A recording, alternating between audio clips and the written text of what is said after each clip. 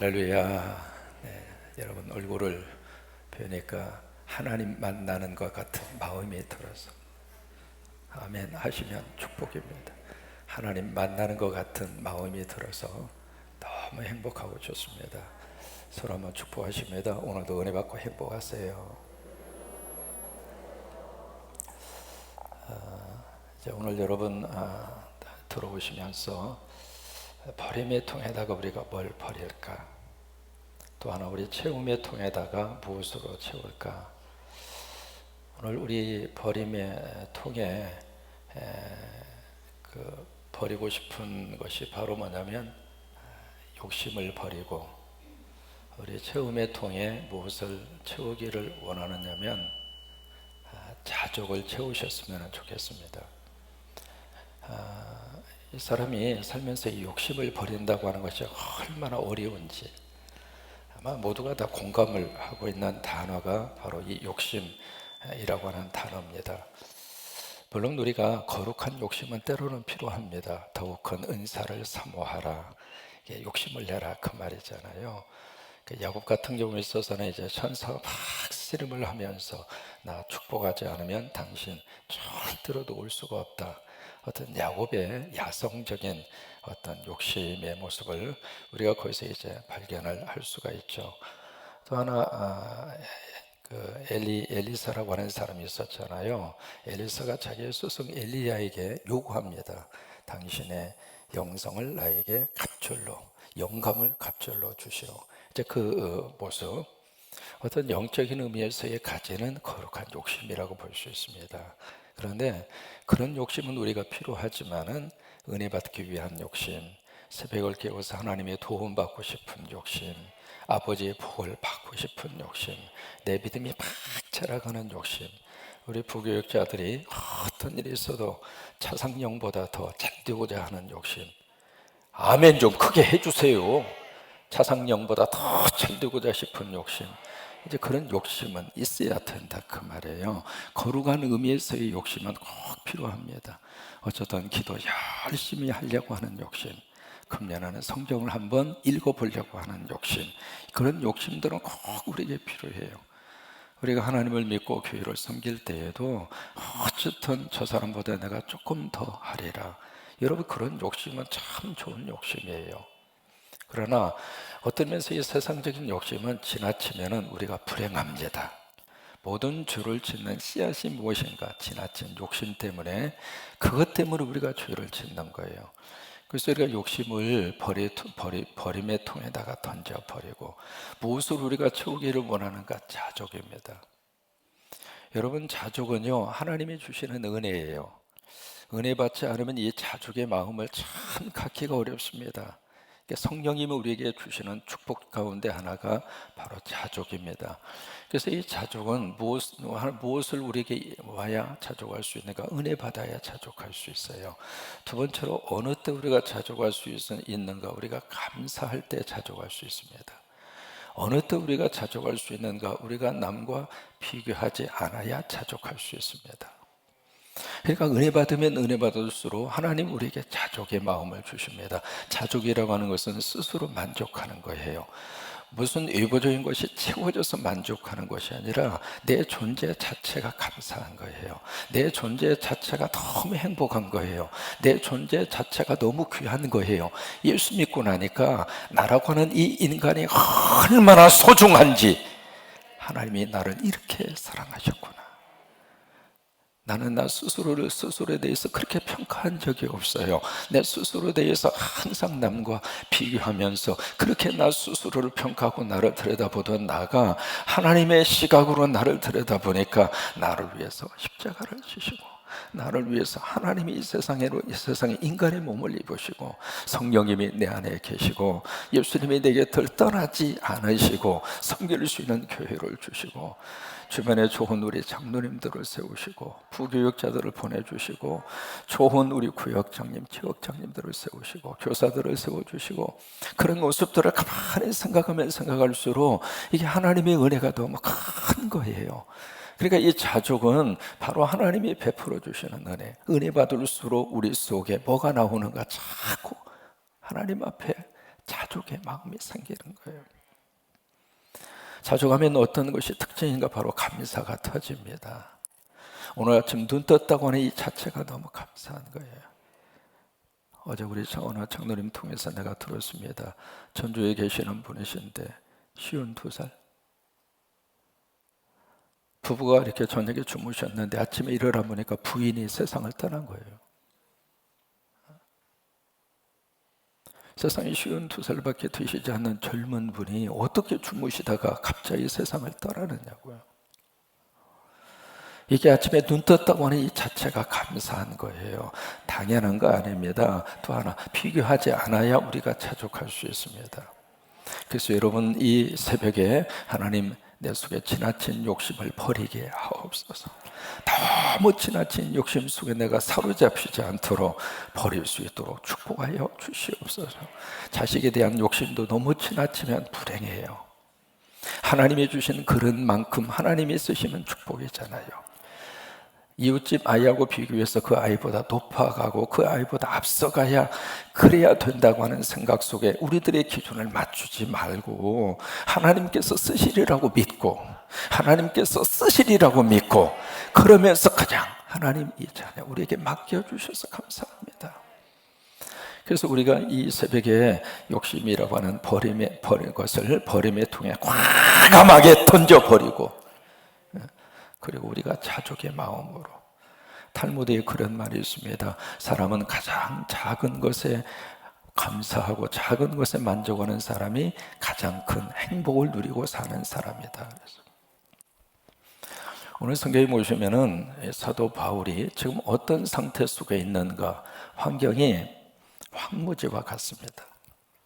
12절에 보시면은 그렇게 바울이 고백을 해요. 내가 당한 일이라고 하는 단어가 나오잖아요. 그 내가 당한 일이 무엇일까? 그 다음에 두 번에 걸쳐서 매임이라고 하는 단어가 오늘 본문 속에 기록이 되어 있습니다. 그 매임이 바로 지금 사도 바울이 당한 일입니다. 무슨 일이냐면 로마의 감옥에 갇히는 일을 당한 거예요.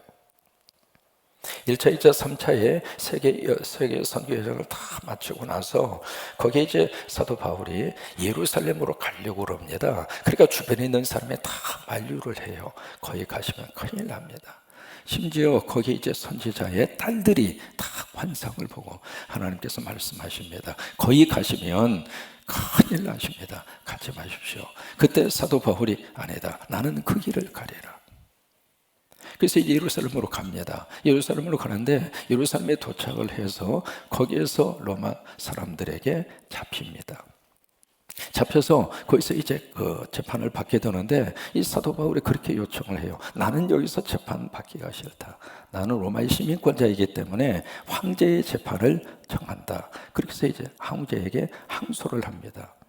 그래서 이제 이 죄수를 로마까지 압송을 하는 거예요. 압송을 해서 그 유명한 그 알렉산드리아 배를 타고 그리고 나서 죽을 고생을 하면서 로마까지 도착을 하게 돼요. 그렇게 해서 이제 로마의 재판을 받기 위해서 감옥에 지금 갇혀 있는 거예요. 그 감옥에 갇혀 있는 기간이 2년입니다. 2년인데 그 사도 바울이 당한 일, 사도 바울의 형편 자체가 사실 황무지와 같아요.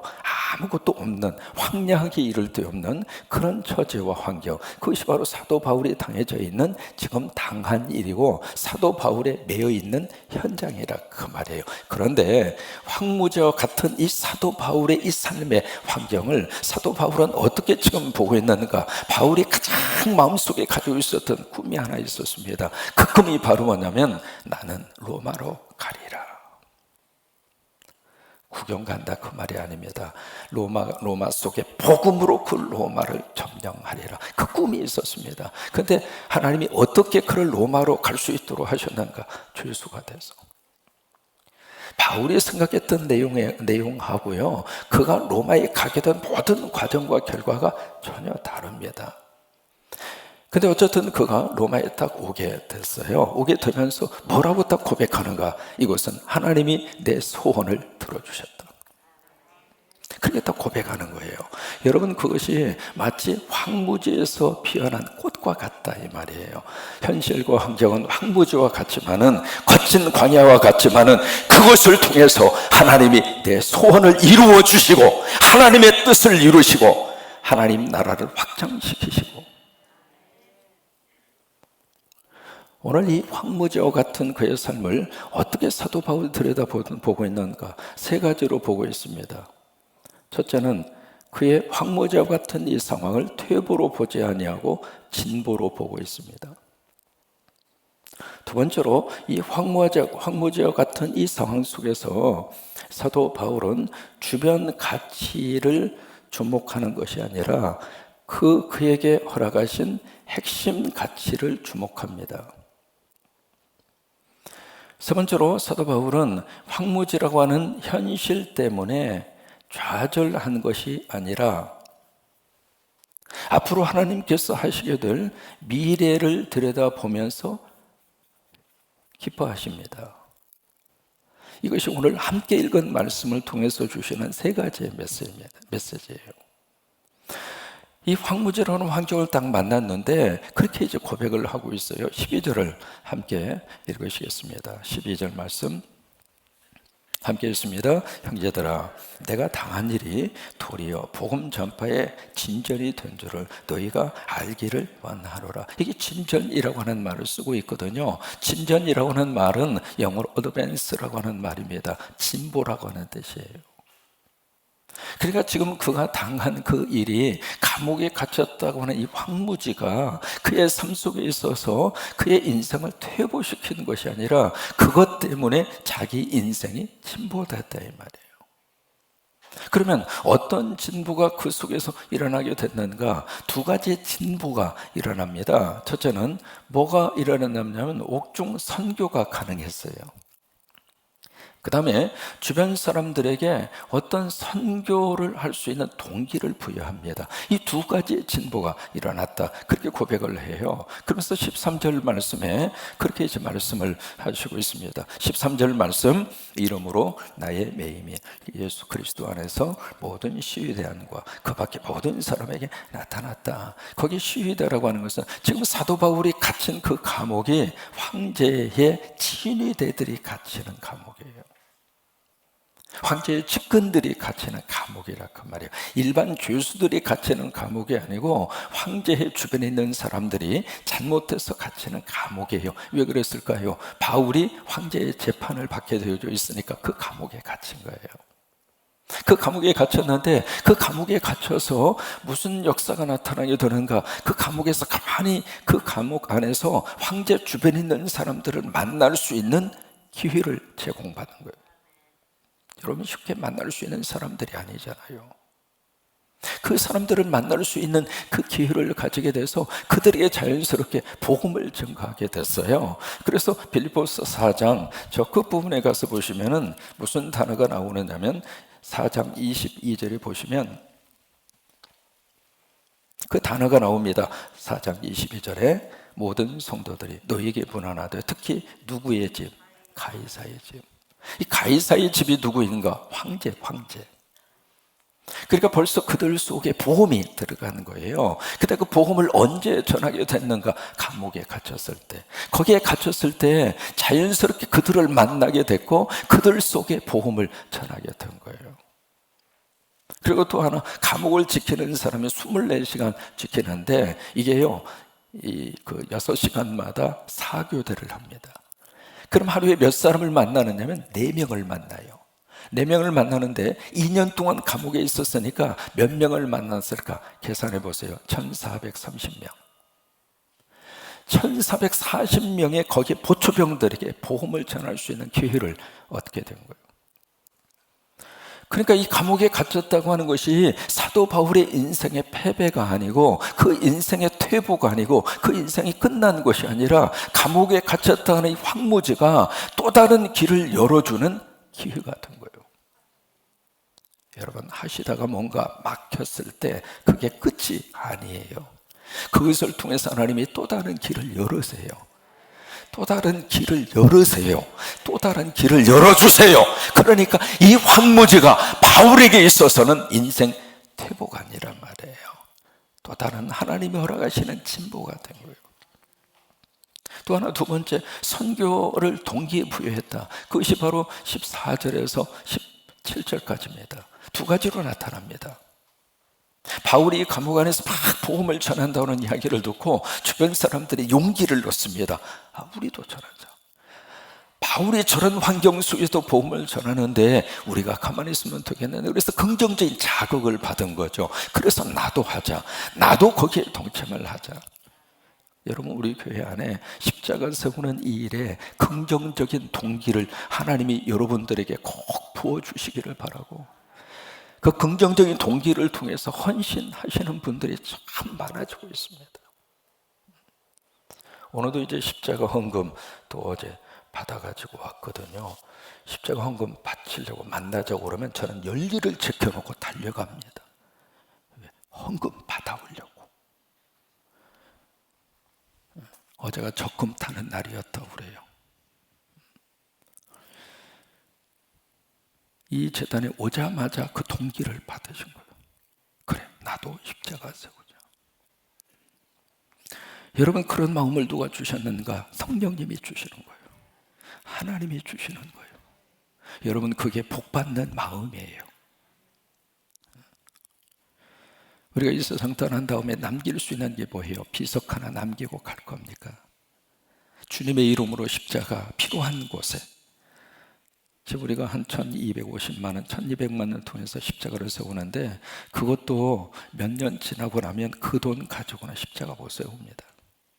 이게 지금 세울 수 있는 마지막 기회예요. 이제 그런 동기부여를 누가 주시는가? 성령님이 주시는 거예요. 그러니까 지금 바울이 이 속에 들어가서도 막 복음 전하는 것을 보면서, 그래, 나도 하자, 우리도 하자. 그렇게 해서 막 복음 전하는 사람이 막 일어나기 시작을 하고, 또 한쪽에서는 무슨 마음이 들었냐면, 마음이 조금 이상한 마음에서 복음을 전하는 사람들이 주변에 조금 나타나게 된 거예요. 그러니까 사도 바울하고 좀 시기하고 질투하는 사람들이 바울이 감옥에 갇혀 있을 때 우리 교회 키우자, 뭐 그런 마음이죠. 그런 마음으로 복음을 전하는 사람들이 나타나게 됐는데, 어쨌든 이런저런 이유로 복음을 전하게 됐는데, 그들 속에 전도하고 선교할 수 있는 동기를 부여하게 됐다, 그 말이에요. 그런 의미에서 이 사도 바울은 자신이 지금 황무지와 같은 이 환경 자체가 자기 인생의 퇴보가 아니라 진보였다. 두 번째, 주변적인 가치보다도 핵심 가치에 주목합니다. 그것이 바로 18절 말씀이에요. 18절 말씀 함께 있습니다. 그러면 무엇이냐? 거칠애로 하나 참으로 하나 무슨 방도로 하든지 전파되는 것은 그리스도니. 이 말씀이에요. 여기 이제 주변 가치에 주목할 것이냐, 아니면 핵심 가치에 주목할 것이냐. 그러니까 사도 바울을 막 여기서 거칠애라고 하는 표현을 쓰고 있잖아요. 바울을 막 시기해서 복음을 전하는 사람들, 그리고 바울을 자꾸 깎아내리려고 하는 사람들, 그리고 바울의 어떤 목표적인 것을 가지고 막 옆에서 이러쿵저러쿵 하는 사람들 없을 수가 없죠. 여러분, 모든 사람들이 다 좋아한다. 처음에 제가 목회하면서 그렇게 착각했어요. 제가 여기서 설교를 하면 온 성도들이 그 설교를 그대로 말씀으로 받고, 그 말씀에 의해서 하나님의 역사가 나타나고, 그 말씀에 의해서 막 삶의 변화가 나타나고, 교회를 위해서 막 충성하고 그럴 줄로 생각했었어요. 아니에요. 그 착각을 깨기에는 그렇게 많은 시간이 걸리지 않았습니다. 그렇다고 모든 성도가 목사를 싫어하는가? 그것도 아닙니다. 그렇다면 우리가 내 주변의 여러 가지 상황에 의해서 막 바꾸어지는데, 그 주변 가치에 내가 주목할 것인가? 아니면 내가 핵심 가치에 주목할 것인가? 여러분, 사자를 보면은요, 사자는 배가 고프죠. 배가 고플 때, 사냥할 때 아시잖아요. 사자는 질주할 수 있는 시간이 짧아요. 그래서 최대한 먹잇감에 가까이 가서 그 접근거리에 딱 들어왔을 때 그가 할 수 있는 모든 속력을 다해서 질주합니다. 그래서 먹잇감을 낚아채잖아요. 그 사냥을 해서 이제 먹어서 배가 불러요. 그럼 배가 부르면은요, 그 옆에 주변에 먹을 것이 어스렁어스렁 거려도 전혀 거들떠보지도 않습니다. 내 배 부르다 이거예요. 그래서 자기 에너지를 다 비축을 해요. 그러다가 배가 고프면 또다시 그런 작전으로 사냥을 해요. 근데 원숭이 있잖아요. 이 원숭이는 얼마나 바쁜지 몰라요. 여기 가서 먹잇감 찾아야지, 저기서 먹을 것 찾아야지. 그러다 이 원숭이는요, 막 도망가면서도 먹어. 왜? 먹어야 사니까. 그러니까 원숭이는 정신이 없어요. 막 여기 갔다 저기 갔다 저기 갔다 막 산만 해. 여러분, 어느 쪽이 더 좋은 효과를 가져올까? 나름대로 다 각자 차이가 있습니다. 어떤 사람은 한 가지를 파면 그 한 가지를 막 집중을 합니다. 우리 아이들도 그러거든요. 공부할 때 그 공부에 막 집중을 해요. 밥 먹을 시간도 잊어버리고 엄마가 불러도 그 소리도 듣지도 않고, 마치 사자가 어떤 먹잇감을 보면서 내가 이 문제는 기필코 풀리라, 내가 이번에 성적 이만큼 올리리라. 그래서 집중같이 막 거기에 집중해서 그렇게 하는 것처럼 그렇게 하는 친구들이 있고요. 어떤 친구들은 뭐 하라고 그러면 옆에 막 이것도 갖다 놓고 그냥 밥도 먹고 그 다음에 음악도 듣고 그 다음에 공부도 하고 앞에다가 핸드폰 갖다 놓고 유튜브도 봐야 되고 막 정신이 없어. 뒤에 있는 부분은 원숭이형이고 앞에 있는 부분은 사자형이에요. 그럼 어느 것이 더 효율적인가? 이게 데이터가 나왔습니다. 앞에 있는 사자형이 효율이 40% 높다고 하는 거예요. 지금 사도 바울은 이 주변적인 가치에다가 시간을 낭비하지 않습니다. 핵심 가치에 그의 모든 것을 다 쏟아 놓아요. 핵심 가치가 무엇일까? 복음만이겠어요. 이렇게 되나 저렇게 되나 그리스도가 증거되면 된다. 예수만 증거되면 된다. 나 같은 사람 이래 평가하든 저래 평가하든 it's okay. 하나님만 드러나면 되지 않겠는가? 하나님의 영광만 나타나면 되지 않겠는가? 복음만 증거되면 되지 않겠는가? 십자가만 세워지면 되지 않겠는가? 그 핵심 가치에 생각과 마음을 모은다 이 말이에요.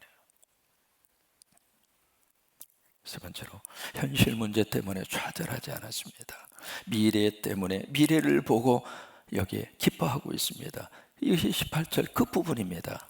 18절 다시 한번 읽습니다. 그러면 무엇이냐? 거칠애로 하나 참으로 하나 무슨 방도로 하든지 전파되는 것은 그리스도니 이로써 나는 기뻐하고 또한 기뻐하리라. 기쁨이라고 하는 단어를 두 번이나 쓰고 있잖아요. 여기에 두 번째 그 단어는 나는 계속해서 continually, 나는 계속해서 rejoice, 나는 기뻐할 것이다. 앞부분에 기뻐하리라 그 단어와 더불어서 그 다음에 나는 그 기쁨을 이 한순간으로 끝나지 않고 이 기쁨을 계속 가지고 가리라. 현실의 삶 속에서 좌절하고 이 황무지와 같은 감방 안에서 이제는 끝났다고 생각하고 포기하는 것이 아니라 그것을 뛰어넘어서 하나님이 하실 미래의 일을 들여다보고 그 미래를 바라보면서 나는 기뻐하고 기뻐할 것이다. 왜? 하나님이 하시리라는 믿음이 있기 때문에요. 데살로니가전서 5장 17절로 16절로 18절 말씀 우리는 기억하고 있습니다. 항상 기뻐하라, 쉬지 말고 기도하라, 범사에 감사하라. 이것은 그리스도 예수 안에서, 다시 말해서 예수 믿는 성도들을 향한 하나님의 뜻이니라. 따라서 하십니다. 내가 웃고 사는 것이 하나님의 뜻입니다. 그래요. 나 웃는 것이 하나님의 뜻입니다. 속상해서 우울할 수도 있습니다. 만족하지 않아서 짜증낼 수도 있습니다. 잘 풀리지 않아서 마음으로부터 답답할 수도 있습니다. 근데 하나님은 무엇을 우리에게 요구하시는가? 그래, 안다. 현실은 황무지, 안다. 그거예요. 그러나 미래를 바라보고 그 미래를 본다는 이야기는 하나님을 본다 그 말이에요. 하나님 보고 웃고 살라 그 말이에요. 하나님이 나의 아버지가 되시고, 그 하나님이 우리를 사랑하시고, 그 하나님이 우리를 축복하시고, 그 하나님이 새벽에 이 예배를 하나님이 받으셔서 새벽에 하나님이 여러분들을 도와주십니다. 그 하나님을 생각하고 기뻐하리라. 그 은혜가 여러분 가운데 넘치시게 되기를 주의 이름으로 축원합니다. 오늘 주님의 이름으로 하나님 지나친 내 욕심 버리게 하옵소서. 물질적으로 너무 지나친 욕심 갖지 않게 하시고, 자식에 대해서도 부모로서 너무 지나친 욕심 갖지 않도록 도와주시고, 내 남편에 대해서도 내 아내로서 너무 지나친 욕심 갖지 않도록 도와주시고, 남편도 아내에 대해서 너무 지나친 욕심 갖지 않도록 도와주시고, 성도가 교회에 대해서도 너무 지나친 욕심, 성도들이 목사들에 대해서도 너무 지나친 욕심 전부 다 버리세요. 버리고 우리가 하나님 안에서 하나님 이제는 자족하며 살게 하옵소서. 은혜 베풀어 주셔서 현재 내가 누리고 있는 것에 대해서 감사하고 자족하고, 현재 내가 가지고 있는 것에 대해서 감사하고 자족하고, 옆에 있는 사람과 비교해서 늘 마음속에 불만을 갖지 말고, 오늘 사도 바울은 이 황무지와 같은 이 속에서 너무 귀한 멋진 하나님의 축복의 꽃을 피워냅니다. 어떻게 그게 가능했을까? 퇴보가 아니라 진보로, 주변 가치가 아니라 핵심 가치로. 여러분, 여자분들 화장 많이 하시잖아요. 화장품이 핵심입니까? 피부가 핵심입니까? 피부가 핵심이죠. 피부 관리를 해야지. 피부 관리를 한 다음에 화장품을 갖다 이렇게 해야지. 핵심은 그냥 놓고 그냥 화장품만 갖다가 열심히 페인트 칠을 하면 그게 이제 잘 바뀌었느냐고요. 그러니까 핵심이 뭔지라 그 말, 핵심이. 주변 가치보다도 핵심 가치예요. 또 하나, 현실 때문에 좌절하지 말고 미래 때문에 기뻐하고 사는.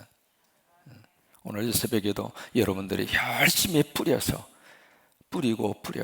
거두리로다. 그래요.